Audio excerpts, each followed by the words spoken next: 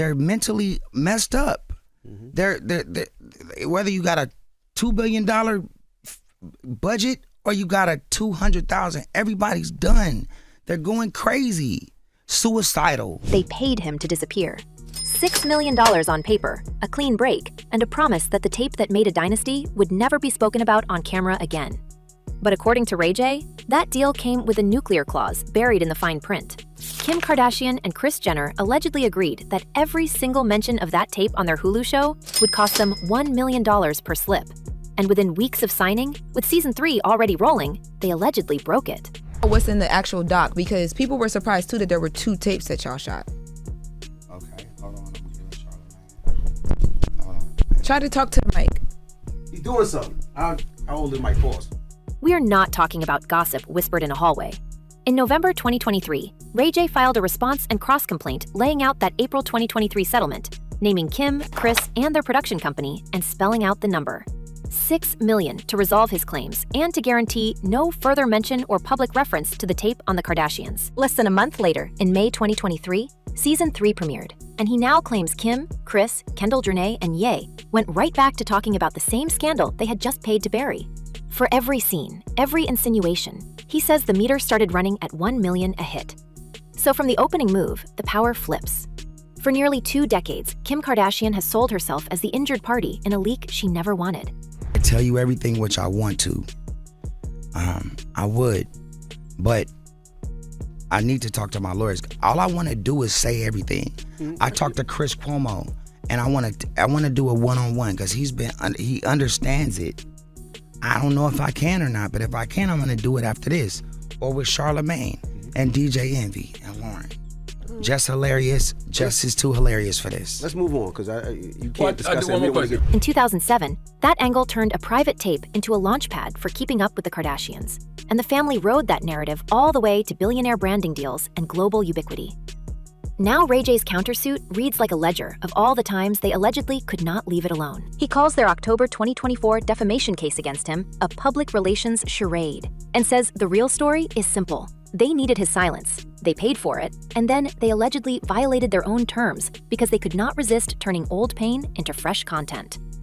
And here is where it becomes more than a messy breakup from the past. According to Ray J's filing, the April 2023 agreement did not just exchange money for peace. It locked in a structure.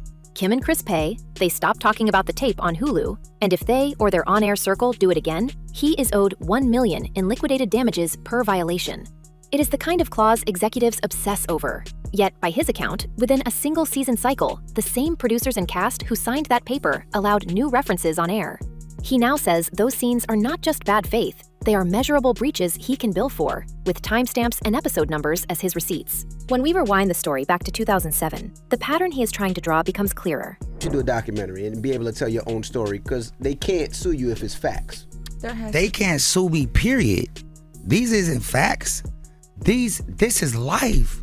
This is me like telling you that it's white and you're saying it's black. And they're like, well, it's blacker than white right now just because we don't want to get in trouble. We're getting cease and desist because we see the paper is white. But they're saying it's black with a cease and desist, and I don't want to. In his new lawsuit, Ray J alleges that the original launch of the tape was not an accident at all, but a coordinated rollout orchestrated with Vivid Entertainment and managed by Kris Jenner.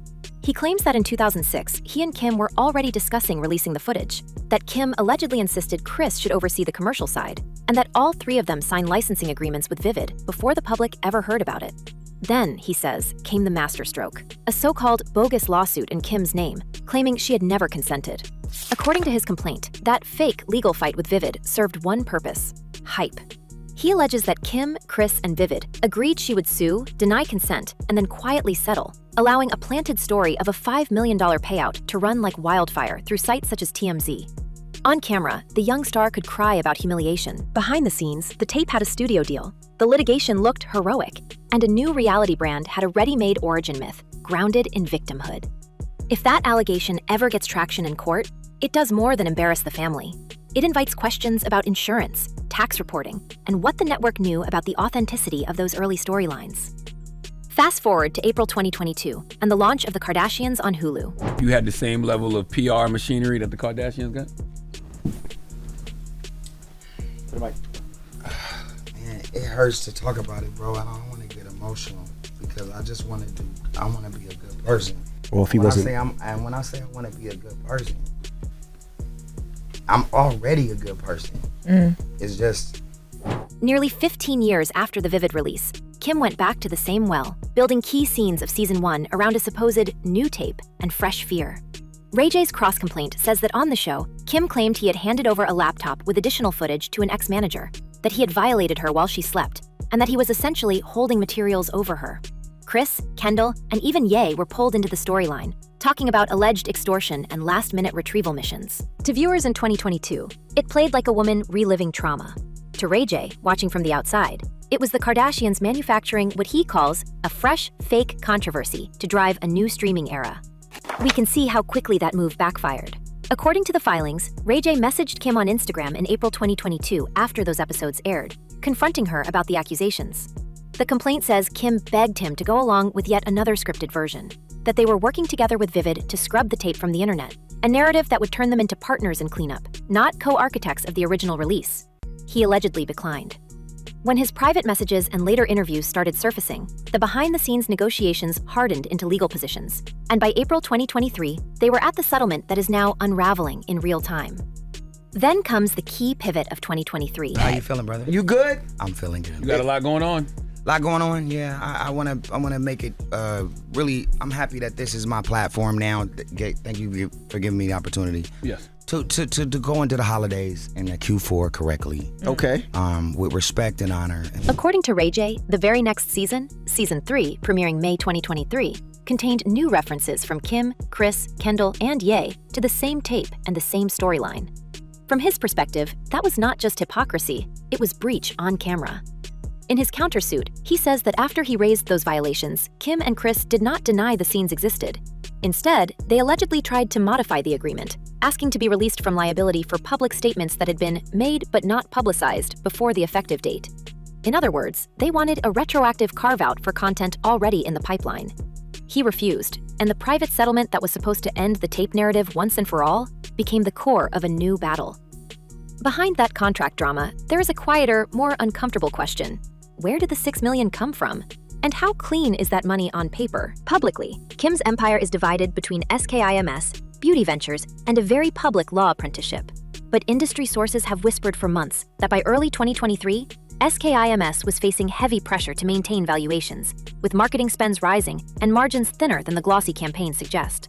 At the same time, her divorce from Ye was still generating headlines about support, property, and trusts set up during the marriage. If part of that $6 million came from structures tied to their split, and if it was moved in a way that was not fully disclosed, then what started as hush money could edge dangerously close to financial misrepresentation. We are not saying there is proof of that yet. What we can say is that Ray J's own public comments have already drawn a line from these alleged deals to the kind of patterns federal prosecutors look for. In September, during a widely shared livestream, he claimed that he was working with authorities and talked about dropping a RICO-style case on Kim and Kris, comparing their alleged conduct around the tape to the racketeering accusations facing Sean Diddy Combs. In later legal papers, he walked that back slightly, explaining that he saw parallels between RICO conspiracies and what he calls their conspiracy with Vivid, and their later conspiracy to trick him into signing the 2023 agreement while planning more content. Kim and Kris responded in the harshest formal language they have ever used against him. Their October defamation lawsuit flat out says, no such federal investigation exists, and paints Ray J as unable to move on from a short relationship 20 years in the past. Their lawyer, Alex Spiro, hammered the point again in statements to multiple outlets, calling his countersuit frivolous and a disjointed, rambling distraction, and insisting he will lose. That is classic aggressive PR. Deny the existence of any federal interest, frame the accuser as obsessed, and treat his talk of RICO as fantasy. But the more they push that line, the more they lock themselves into sworn statements about what is and is not happening behind the scenes.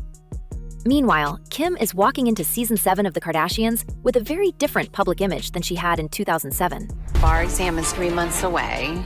Do you feel nervous about the bar? Yeah, I'm not ready yet. I am feeling a little bit overwhelmed. What? Someone from prison was like, this person put a hit out on your life. That's better than the dog ate my home. On camera this year, she has tearfully revealed that she was diagnosed with a brain aneurysm after what she describes as extreme stress. Tying that stress to her divorce from Ye, and the continuing drama around co-parenting their 4 young ones. She also continues to juggle her law studies, PR crises over Northwest's edgy social media looks, and questions about everything from her parenting to her taste in partners. Every scene of her crying over exams or flares of psoriasis is meant to keep the audience emotionally locked to her struggle. Every new scandal, even the outrage over North's fake face tattoos and piercings, feeds the narrative that Kim is under siege and doing her best. But when we place those images next to Ray J's version of events, the tension becomes explosive. On one side, a mother saying her health is breaking under the weight of divorce, public attacks, and nonstop work. On the other, an ex who says she and her mother have spent 2 decades peddling a false story about him, weaponizing their platforms and even the legal system for publicity, power, and punishment. If his documents hold up, the question will not just be whether Kim embellished for television, but whether she and Kris built an entire entertainment framework on agreements they never planned to fully honor. That is where the RICO shadow stops sounding like a throwaway line in a live stream and starts to feel like a roadmap. RICO cases are about patterns, repeated schemes, coordinated moves, the same players working together over years to profit from misleading stories or pressured deals.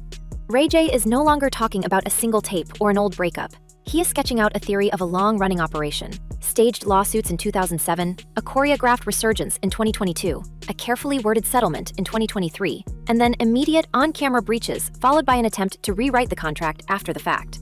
If he can convince a court that these are not isolated missteps, but chapters in one ongoing playbook, then Kim and Kris are not just facing a payout, they are facing the possibility that a federal judge will start connecting the same dots he has already laid on the table. And if history with this family tells us anything, their next move in front of the cameras is only going to make that target grow larger. And this is exactly where Kim's own body crashes into the narrative. We have watched her on camera in the season 7 premiere, sliding into an MRI tube, then sitting at a table telling her family that doctors found a little aneurysm and blamed it on stress. We are told that stress comes from law exams, from parenting, from a long, bitter divorce with Ye. But look at the timeline. That diagnosis arrives after the first legal clash with Ray J, after the multi-million-dollar settlement that was supposed to end it, and after her own team allegedly failed to keep the show from breaking the agreement almost immediately. Are we looking at random bad luck, or a body that knows exactly how fragile the empire holding it up has become? Because when doctors write stress on the chart, they are not writing Ray J, Hulu, or liquidated damages, but all of those pressures stack. Kim Kardashian is using her reality show to make, I mean, I hate to say it because I love Kim and I hope she passes the bar, but I think she's using the show to make excuses ahead of time in case she flunks. Around the time she is talking about a brain aneurysm on Hulu, Kim is also filming confessionals about psoriasis flaring, crying over another attempt at the bar exam, and trying to manage new backlash over North's edgy looks on TikTok. Add in a countersuit that paints her as the architect of a 20-year narrative, a defamation complaint labeling her an intentional manipulator of the judicial system, and confidential settlement language that could be examined word by word by a judge. It is not hard to see why insiders quietly describe her as running on fumes. And we cannot ignore that one name keeps coming back as both shield and liability. Yeah. Publicly, she has tried to reposition him as the destabilizing ex, the one whose comments about her dragged her into headlines she did not want. But buried in older coverage is a detail Ray J's legal team will love. Years ago, Ye himself tweeted about hitting Kim from both sides, with a follow-up tape, framing it like a creative stunt. At the time, it sounded like late-night chaos. Now, it reads like a man hinting that more footage, more negotiations, and more off-book agreements may have existed behind the scenes. Financial insiders watching this case have started pointing to Ye's side of the balance sheet for one reason: the $6 million. On paper, Kim is a billionaire whose brands should be able to write that check from petty cash. But SKIMS has carried enormous marketing costs, legal fees stack fast, and divorce settlements involving massive portfolios and trusts are rarely simple. If, as some former advisors quietly speculate, funds tied to Ye's trusts or marital accounts were routed, knowingly or not, toward quiet payouts linked to the tape saga, then any federal team that ever pulled bank records would not stop with Kim. Ye's ledgers, wires, and emails become potential exhibits. Suddenly, the man she spent years trying to escape might hold the most dangerous receipts of all. Ray J's off-camera comments about RICO sounded wild at first. During a live stream in September, he name-checked Kim and Kris while talking about federal racketeering, saying the case he was about to drop on them would be crazy, and warning that the feds is coming. That clip triggered the defamation suit. Kim and Kris responded through their lawyers that no such federal investigation exists and framed his claims as pure fantasy. But if we strip away the bravado, what he laid out is less a confession and more a blueprint, a pattern of alleged deception, each chapter tied to money, media, and contracts. That is exactly the kind of pattern federal prosecutors are trained to look for. We can break it down the way a federal memo might. Act 1, the 2007 Legal Theater. Ray J's complaint alleges that Kim, Kris, and Vivid agreed she would file a lawsuit claiming she never consented to the tape's release, despite all three having already signed licensing agreements. According to him, the claims against Vivid were lies, and the supposed $5 million settlement that got leaked to TMZ was part of the script. That would mean the courts were used as a marketing tool, not as a genuine forum for justice, and that contracts, public filings, and press leaks all fed the same machine. Act 2, the 2022 Hulu reboot. With the Kardashians launching, Kim returns to the tape, weaving a new story about a laptop, an ex-manager, and alleged violations while she slept. Ray J says she knew he did not even possess the footage she mentioned, and that she added phrases like intimately assaulted her to intensify the narrative. Kris, Kendall, and Ye echoed those claims on camera, accusing him of extortion and shady behavior tied to unreleased material. Ratings spike, headlines pour in. Hulu sells a season built around fresh trauma that, if his filings are right, was manufactured drama layered on top of old agreements. That is not just messy. It starts to look like a long-running commercial exploitation of a false storyline. Act 3, the 2023 settlement and alleged breach. After he threatens legal action over the Hulu accusations, they reach that April 2023 agreement. Kim and Kris, along with their production company, pay $6 million and commit to ensuring that no further mention or public reference to the tape is made on the show, with a $1 million penalty per violation. Within a month, Season 3 premieres, and Ray J claims Kim, Kris, Kendall, and Ye violate the clause by talking about the tape again. When he calls them out, they allegedly try to modify the agreement, asking to be released from liability for statements already recorded but not yet aired. To a civil judge, that is breach and bad faith. To a federal investigator, that looks like another conscious step in a pattern. Make a deal, mine it for television, then scramble to rewrite the terms once caught. Put those three acts side by side, and suddenly Ray J's RICO analogy stops sounding like pure drama. Prosecutors in RICO cases do not need one spectacular moment. They need a series of coordinated moves in service of the same goal: profit, control, or both. Here, the alleged objective is simple: keep Kim's origin story marketable and keep Ray J contained. The tools, if his filings are accurate, include staged lawsuits, scripted confessionals, settlement agreements, and aggressive defamation claims framed as a way to punish him for speaking out. If the feds ever decide that those tools were used to mislead courts, investors, or partners, we are not talking about influencers feuding. We are talking about potential mail fraud, wire fraud, and conspiracy charges stapled onto the same story that once sold handbags and lip kits. And unlike civil fights, you cannot pay your way out of federal charges once they stick. A judge might approve a settlement between private parties. Prosecutors answer to an entirely different standard.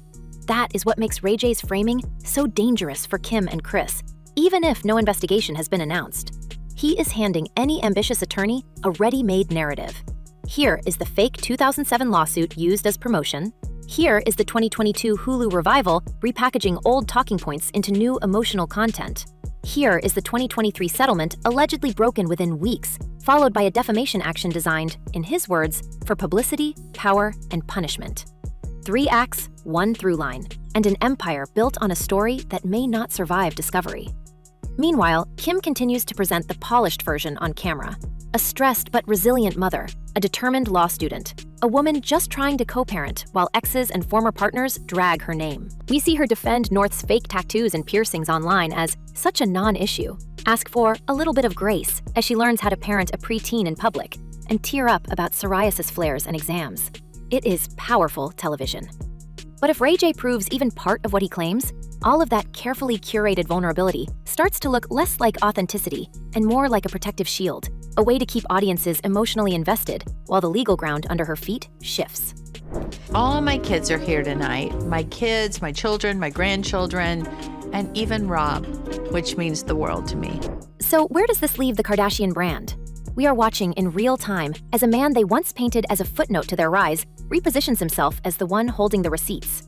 He is not just asking for more money. He is asking the courts to acknowledge that the official story was never true, and that contracts, shows, and press strategies were built around that lie. If a judge agrees, advertisers, networks, and partners will have to ask an uncomfortable question. Can they keep backing a name that might be associated not just with controversy, but with documented misrepresentation? In the end, the harshest line is also the clearest one. Kim Kardashian did not just stumble into fame. She engineered it, step by step, with Kris at her side. Now Ray J is trying to engineer the reckoning. If he wins, we will not just remember the tape, the crying confessionals, or the viral clips. We will remember the court orders, the settlements, and the possibility that federal eyes might eventually trace that pattern from 2007 to Hulu to today. So what do we think? Is Kim a victim of a bitter ex, or the architect of a 20-year illusion finally cracking in public? Drop a comment, choose a side, and stay tuned. Because whatever happens next, this saga is not just entertainment anymore. And until the final gavel falls, we will be right here, watching it all unfold with you.